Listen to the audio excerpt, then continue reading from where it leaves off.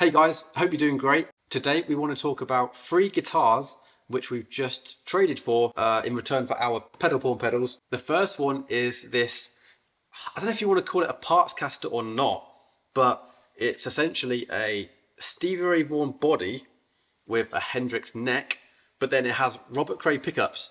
It's the weirdest mix match, but with 3 players that, you know, 3 of my favorite players. So combining the 3 players together is going to be either a catastrophe or it's going to be one of the best mixes ever. So, by the way, a massive thanks to Pre-Drag in Croatia for actually trading this guitar. We put out a post on our Instagram stories just saying we'd love to get a Stevie Ray Vaughan signature Strat for the studio we're building, and Pre-Drag replied back saying, I've got a Stevie Ray Vaughan Strat, but sort of, let's have a little go with it now. Let's plug it into the Super Reverb, crank it up in this warehouse. It's not the best sound quality, I'm afraid, because we're in the process of moving, so...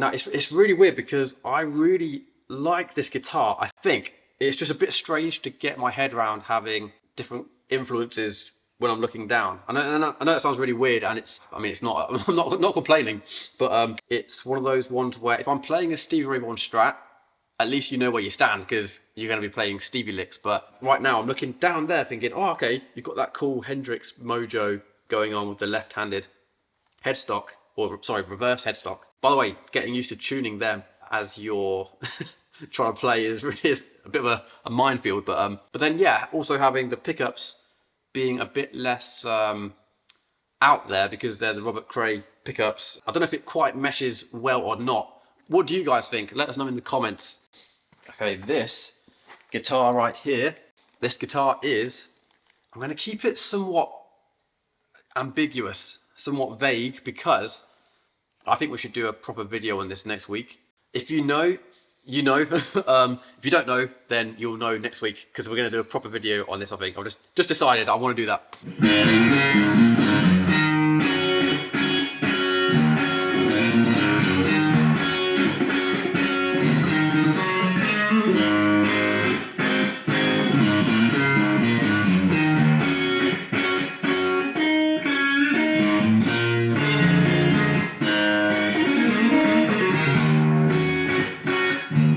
By the way, for this whole video, we're using the Texan Twang because it basically unlocks the tones we're looking for in our tube amps. So that's just for a bit of context behind the sound. Now, next is my first ever Gibson SG. This is the Sunburst version of an SG, 2011 version, I believe. A massive thanks to Gary in the UK for trading this. We were really happy to trade for an SG because, like I say, I've never had one in the past, but we could do with a bunch of different style of guitars to do demos with, and the SG is, you know, a staple of blues and rock, so we did need one.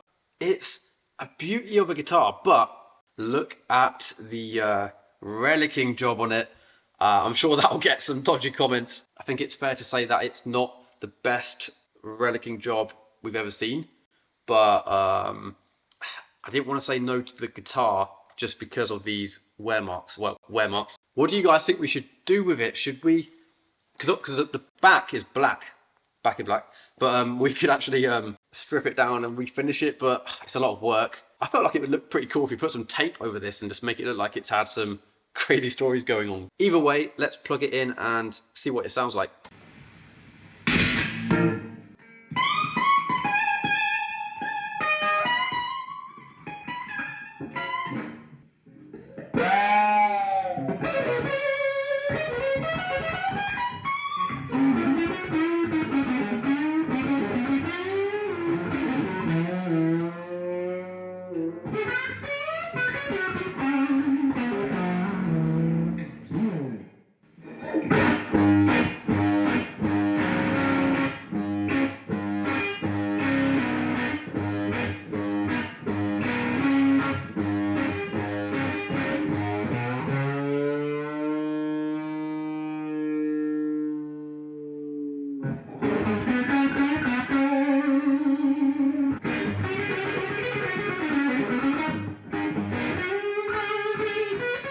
Now, I didn't even want to play it that grungy, to be honest, but I just got some Gary Clark Jr. style thing come over me while I watched, just crank up the knobs on the guitar while using the Texan Twang on the low setting, and it just gets that almost fuzz territory level of saturation when using, you know, a cranked tube amp.